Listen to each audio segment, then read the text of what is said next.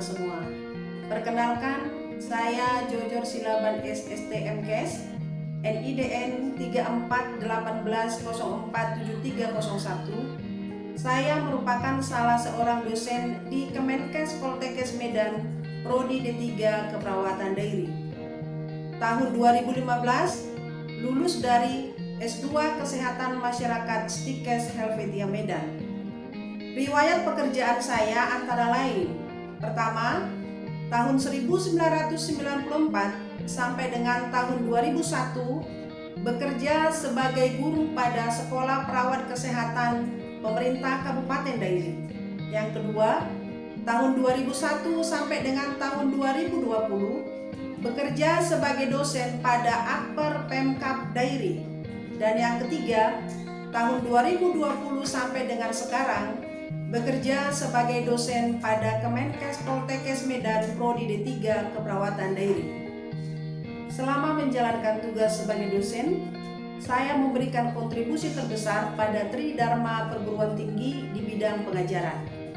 Setiap tahun saya mengampu 12 SKS mata kuliah, antara lain Keperawatan Medikal Bedah 1. Mata kuliah ini diampu oleh tim teaching terdiri dari 3 orang dosen. Di antaranya saya sendiri sebagai koordinator, Solihuddin Harahap Escap Nurse MCAP, dan Heriati Brutu SST MKM. Mata kuliah KMB 1 merupakan mata kuliah inti pada Prodi D3 Keperawatan Dairy Kemenkes Poltekkes Medan, ditempatkan di semester 3. Mata kuliah ini terdiri dari 3 SKS, meliputi 2 SKS pembelajaran teori dan 1 SKS pembelajaran praktikum. Mata kuliah ini membahas tentang gangguan kesehatan yang lazim terjadi pada usia dewasa, meliputi gangguan atau penyakit tropis dan endemis, gangguan pada sistem pernafasan, gangguan pada sistem kardiovaskular, sistem pencernaan, sistem penginderaan, dan perioperatif, yang berupa penyebab patologis seperti peradangan atau infeksi, berbagai penyebab neoplasma, dan trauma. Sebelum memulai perkuliahan, kepada mahasiswa telah dibagikan rancangan pembelajaran semester, kontrak perkuliahan, dan modul perkuliahan. Capaian pembelajaran mata kuliah KMB 1 adalah sebagai berikut. Pertama, mahasiswa mampu memahami konsep keperawatan medikal bedah. Kedua, mahasiswa mampu memahami asuhan keperawatan pada penyakit tropis dan infeksi endemis.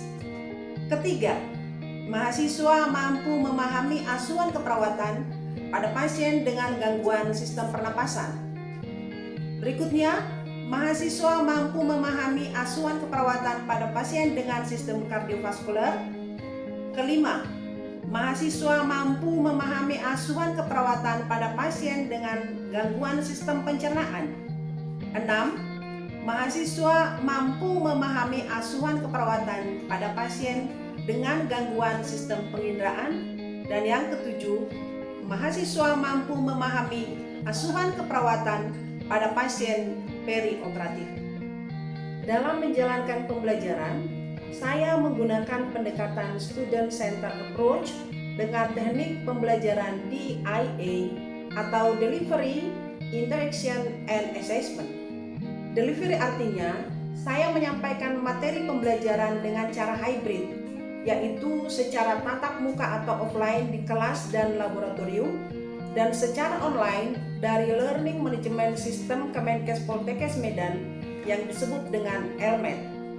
Interaksi dengan mahasiswa dilakukan melalui ceramah, diskusi, tanya jawab, simulasi, dan demonstrasi, serta melalui WhatsApp group.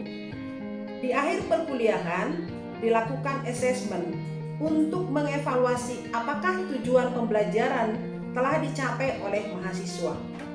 Sebelum mengakhiri perkuliahan, saya memberikan penugasan berupa case study untuk dibahas, didiskusikan dalam grup kecil, dan pada pertemuan berikutnya akan dibahas bersama-sama. Penilaian yang digunakan pada mata kuliah ini terdiri dari penilaian teori 40%, dan praktikum 60%. Evaluasi teori ini terdiri dari tugas, baik tugas individu maupun tugas kelompok dengan bobot 20%, ujian tengah semester bobot 30%, dan ujian akhir semester bobot 50%. Evaluasi praktikum terdiri dari evaluasi lab skill mingguan, ujian tengah semester, dan ujian akhir semester. Evaluasi dilaksanakan dengan metode observasi menggunakan daftar bilik. Untuk mendukung pembelajaran KMD 1 ini, saya juga melakukan penelitian dan pengabdian kepada masyarakat serta menulis buku dan modul-modul pembelajaran baik praktik maupun teori. Salah satu artikel yang saya publish di jurnal internasional berjudul Relationship of Self-Effectiveness with Compliance of Eating Medicine for Pulmonary Tuberculosis Sufferers. Saya juga menulis buku yang berjudul Tindakan-tindakan Keperawatan Medikal Bedah 1 untuk D3 Keperawatan, dan buku ini telah saya hakikan. Selanjutnya, saya akan menunjukkan cuplikan video pembelajaran dengan topik asuhan keperawatan pada pasien dengan gangguan sistem pernafasan dan subtopik tindakan keperawatan pada gangguan kebutuhan oksigen, yaitu melatih napas dalam, melatih batuk efektif, dan fisioterapi dada. Selamat menyaksikan.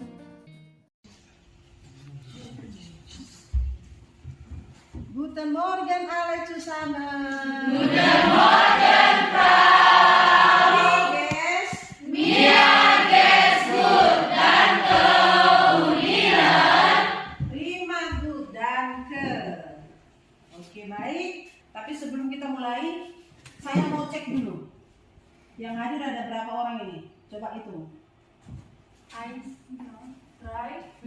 Berarti hadir semua ya? Pada saat ini kita akan mempraktikkan tindakan keperawatan pada pasien-pasien dengan gangguan sistem pernapasan yang sudah Ibu sampaikan 2 hari yang lalu, yaitu postural drainase dan fisioterapi dada. Teorinya Frau sudah sampaikan, sudah Frau jelaskan, videonya juga sudah Frau berikan untuk ditonton. Sekarang kita langsung masuk kepada actionnya untuk mempraktekkan tindakan postural drainase dan fisioterapi dada. Sebelumnya Ibu tanya dulu, kira-kira apa indikasi atau kepada pasien yang bagaimana kita lakukan fisioterapi dada ini? Siapa yang bisa jawab? Oke, dia. Terdapat penumpukan sekret pada saluran nafas. Baik, penumpukan sekret pada saluran napas. Nomor 2. Saya tahu. Oke. Pasien yang sulit mengeluarkan sputum pada saluran pernapasan, Bang. Ya, pada pasien yang sulit mengeluarkan sputumnya. Jadi ada penumpukan sputum dan sulit dikeluarkan. Kalau terdapat penumpukan sputum dan sulit dikeluarkan dari jalan napas, apa yang terjadi pada pasien? Sesak napas. Jadi inti utamanya berarti fisioterapi dada ini supaya pasien tidak sesak Napas. Oke, makanya ini menjadi kompetensi penting, kompetensi utama pada kamu sebagai perawat vokasi. Sebelum kita mulai, kita harus sampaikan dulu kepada pasien. Kita harus jelaskan dulu, minta izin dulu. Tidak boleh melakukan sesuatu tanpa seizin daripada pasien. Nah, jadi kita sapa pasien ya. Selamat pagi Pak Lolo. Benar dengan Pak Lolo kan? Oh iya, ini benar dengan Pak Lolo. Jadi cek namanya ya. Jadi harus benar nama pasien. Jangan sampai salah. Bagaimana sekarang perasaannya Pak Lolo? Sesak, masih sesak. Susah bernapas. Saya akan mengajari Bapak untuk mengeluarkan dahaknya dengan benar supaya longgar napasnya. Nanti saya akan melakukan beberapa tindakan. Mungkin tindakan ini membutuhkan waktu sekitar 15 sampai 20 menit. Bapak bersedia? Siap? Oke, baik. Saya siapkan alatnya dulu, Pak ya. Alat yang diperlukan, yang pertama kita butuh handuk yang bersih. Handuk ini gunanya untuk apa? Untuk melapisi badan pasien. Jadi nggak boleh telanjang dada atau punggung pasien kita ketika kita melakukan fisioterapi dada. Nah kemudian yang kedua kita butuh stetoskop. untuk mendengarkan bunyi nafasnya, mengetahui di mana letak daripada sputumnya. Yang ketiga, kita membutuhkan sputum pot. Pot sputum ini langsung kita isi dengan air lisol, ya. Air lisol ini tujuannya untuk mematikan atau mendesinfeksi kuman. Kemudian yang berikutnya, kita butuh masker, jangan lupa, ya. Ini masker, jangan lupa. Sebenarnya masker ini sudah harus dipakai dari counter oleh perawat. Yang berikut, kita butuh hand wrap atau kalau ada dekat wastafel lebih bagus wastafel. Kemudian jangan lupa kita menggunakan handscoon, ya. Kita juga butuh near pen untuk tempat sampah. Kemudian kita membutuhkan tisu untuk melap mulut pasien dan untuk menutupnya ketika nanti batuk. Kemudian air hangat. Air hangat dalam tempatnya. Air hangat ini bertujuan nanti berguna untuk menghangatkan saluran napas sehingga mengencerkan sputum yang mau dikeluarkan. Nah, sekarang kita akan memulai tindakannya. Untuk keamanan diri, kalau kamu melakukan tindakan fisioterapi dada, batuk efektif, biasa akan menggunakan double masker. Ya, saya pakai 2 ya, supaya aman. Oke, saya pakai. Sekarang kita mencuci tangan. Ya, tetap mencuci tangan dengan 6 langkah yang benar, ya, selama 20 detik. Kita menggunakan handscoon. Sekarang kita dengarkan dulu bunyi nafas. Stetoskop tidak boleh asal sembarangan diletakkan, harus jelas atas kiri kanan, tengah dan bawah kiri kanan, ya. Diperhatikan, ya. Maaf ya Pak Lolo, saya dengarkan dulu bunyi nafasnya, ya. Izin saya buka bajunya. Bapak boleh lihat ke sana, Pak? Ya. Oke. Di atas, sebelah kanan. Coba tarik nafasnya. Lepas. Lagi. Lepas. Nah, sekarang di sebelah kanan. Tarik nafas. Lepas. Lagi tarik. Lepas. Sekarang di tengah. Tarik. Lepas. Lagi. Lepaskan, oke. Kemudian saya mendengarkan di bawah. Tarik, lepaskan, tarik lagi, lepaskan. Kanan bawah, tarik nafas, lepas, tarik nafas, lepas. Nah, ternyata saya dengarkan sputumnya itu menyumbat di bagian atas, bagian apikal. Dari mana kita tahu? Kalau ada sumbatan jalan nafas, bunyi nafasnya ronci. Karena sputumnya tadi berada di lobus apikal atas, bagian depan, lobus apikal anterior, maka saya membuat posisi pasiennya posisi duduk, ya. Kalau dia berada di lobus apikal tetapi posterior, bagian belakang, posisinya nanti posisi ortopnum. Ada bedanya. Kalau dia di bawah beda lagi. Kita akan buat nanti dia posisi kaki lebih tinggi daripada kepala. Intinya postural itu adalah membuat posisi cairan itu lebih tinggi daripada salurannya supaya cairan itu mengalir ke bronkusnya. Karena prinsip dari cairan mengalir dari tempat tinggi ke tempat rendah. Pak Lolo, boleh Bapak duduk? Silakan duduk Pak. Oke, kakinya turunkan ke pinggir tempat tidur. Istrinya boleh bantu ya Bu ya. Oke. Handuk letakkan di bagian tempat yang akan kita fisioterapi. Ya. Ke tempat yang akan kita fisioterapi. Nah, sekarang posisinya seperti ini. Ini namanya postural drainase untuk sputum yang berada di lobus apikal anterior, ya. Lobus apa tadi? Apikal anterior. Nah, biarkan posisinya seperti ini kurang lebih 15 menit. Sambil kita membuat posisinya 15 menit, kita lakukan yang namanya perkusi dan vibrasi. Kemarin sudah kita sudah Ibu jelaskan ya. Perkusi kita meng-clapping, ya, memukul-mukul dengan clapping. Posisi tangannya bagaimana kemarin? Ya, harus pakai ini, harus ada kubahnya ya, nggak boleh seperti ini. Ini namanya menampar, ya. Ini namanya meng-clapping. Nah, sambil posisinya seperti ini, kita lakukan clappingnya. Clappingnya kita lakukan 1-2 menit. Melakukan clapping, perhatikan, tidak boleh di vertebra atau di tulang belakang. Dia harus di sampingnya, artinya harus di posisi atau diletak daripada paru-parunya. Kalau misalnya agak capek berdirinya, boleh dibantu istrinya ya, atau boleh peluk bantalnya ini. Ya, mana tahu capek kan gitu ya. Oke, nah sekarang kita lakukan clapping. Lakukan clapping mulai dari bawah ke atas. Dengan hitungan 1, 2, 3, 4, 5, 6, 7, 8 ya. Caranya bagaimana? Nah ini, ambil sejajar dengan tulang rusuknya. Ya, jangan lewat dari situ. Tidak boleh kena kepada ginjal. Seperti ini, ya saya akan lakukan. Dilakukan posisi tangan seperti ini ya, untuk clapping. Oke. 1, 2, 3, 4, 5, 6, 7, 8. Ulangi. 1, 2, 3, 4, 7, 8. Jangan terlalu cepat, jangan terlalu lambat. Oke. Lakukan sampai 2 menit ya. 1, 2, 3, 4, 5, 6, 7, 8. Ya. Sekali lagi. 1, 2, 5, 6, 7, 8. Oke, sampai 2 menit. Sudah? Nah, sesudah selesai, sekarang kita lakukan clappingnya di dada. Posisi pasiennya tetap masih posisi duduk. Karena tadi apa? Posisi sekutu berada di ya, jadi posisinya harus seperti ini.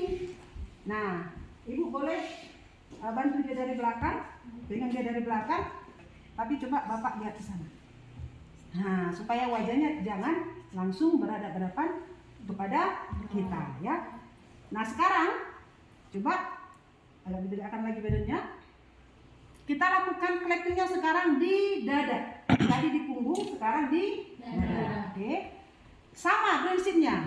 Clappingnya tidak boleh mengenai sternum atau tulang tengahnya, sternum. Tidak boleh mengenai hepar, tidak boleh mengenai glien. Jadi artinya tidak boleh menyentuh rongga abdomen.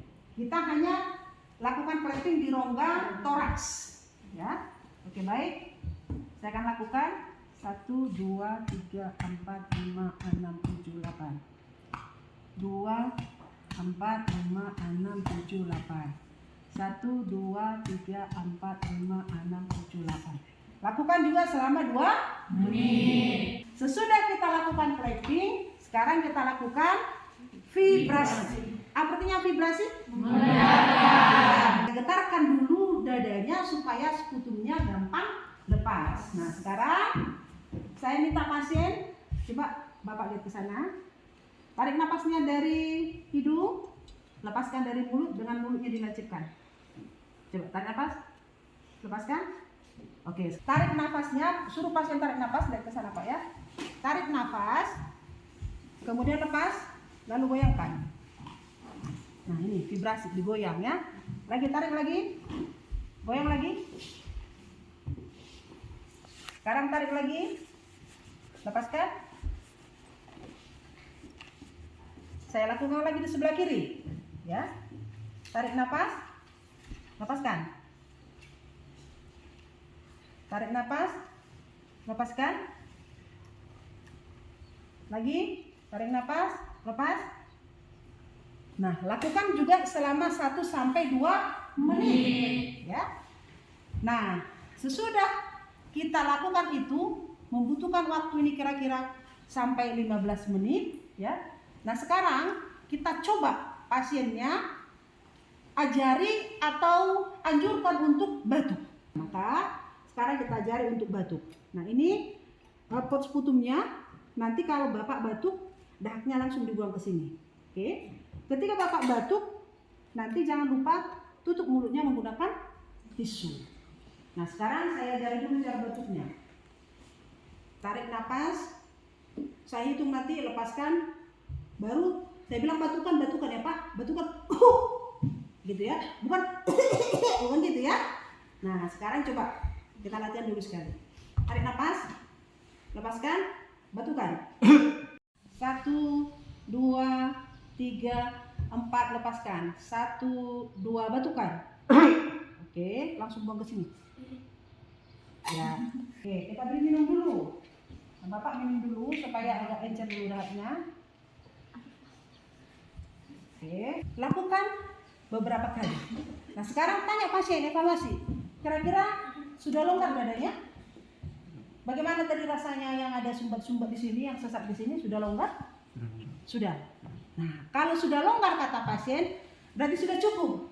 Tapi kalau pasien bilang belum, masih sesak, ulangi kembali mulai dari clapping, vibrasi, batuk. Paham? Bisa dimengerti? Bisa. Kalau pasiennya bilang sudah longgar, sudah kurang sesaknya, kita buktikan dengan mendengarkan bunyi nafas. Kita dengarkan kembali bunyi nafasnya, apakah betul? Dengar kembali. Coba Bapak lihat ke sana. Tarik nafasnya. Lepas. Oh ya, ternyata sudah terdengar lebih ringan dari tadi. Ya. Jadi karena sudah mulai bersih jalan napasnya, sudah keluar tadi sekutumnya, maka sekarang Bapak boleh beristirahat kembali. Kita cukupkan sampai di sini, kita pakaikan bajunya, kemudian alat-alat kita bereskan kembali, handuknya kita bereskan.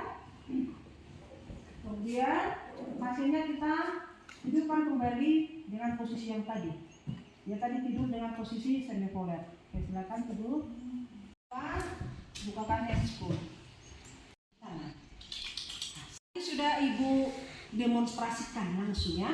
Sudah langsung Ibu peragakan tadi bagaimana cara melakukan postural drainase dan fisioterapi dada. Sekarang ada yang mau bertanya? Ada yang kurang jelas? Saya Frau. Oh iya, semangat kali si talenta, yuk.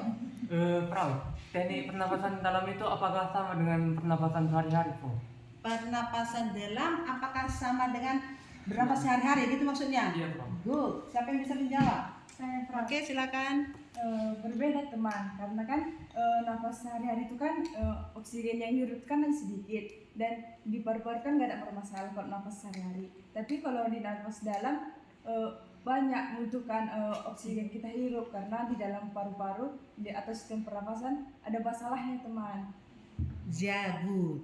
Kira-kira mengerti talenta? Mengerti, Frau. Jelas beda ya. Kalau nafas dalam berarti karena kita membutuhkan lebih banyak oksigen. Makanya kalau kita membutuh banyak oksigen, contohnya keadaan cemas, dipanggil Ibu Jojor tiba-tiba gemetaran, supaya banyak oksigennya langsung lakukan nafas.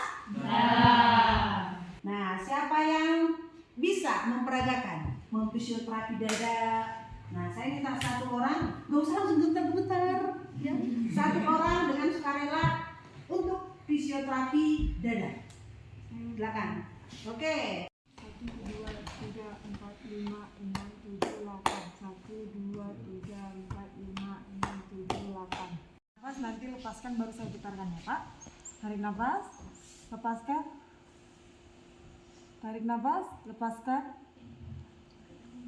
Oke, dilakukan berapa lama? 2 menit.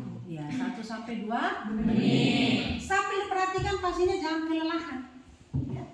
Kalau pasiennya kelelahan, cukupkan sampai di situ. Ya Pak, tarik nafas Pak. 1, 2, 3, 4, lepaskan. 1, 2, 3, batukan. Oke, good. Nah, adik-adik, tadi sudah Ibu peragakan salah satu posisi postural drainase untuk sputum yang terletak di lobus apikal anterior. Ada 11 jenis posisi yang harus saudara praktekkan sesuai dengan letak sputumnya. Itu ada gambarnya dan sudah saya kirim di WA group ya. Nah, saya tugaskan adik-adik untuk praktek mandiri di laboratorium dipimpin atau dipandu oleh laboran kita Frau Betty Padosi. Dan saya minta catat di dalam logbook, buat dokumentasinya, lalu upload di LMed. Minggu depan akan Ibu evaluasi. Bisa dimengerti adik-adik? Bisa, Frau! Mudah-mudahan minggu depan kita berjumpa dalam keadaan sehat. Bis next per Woche. Toi toi.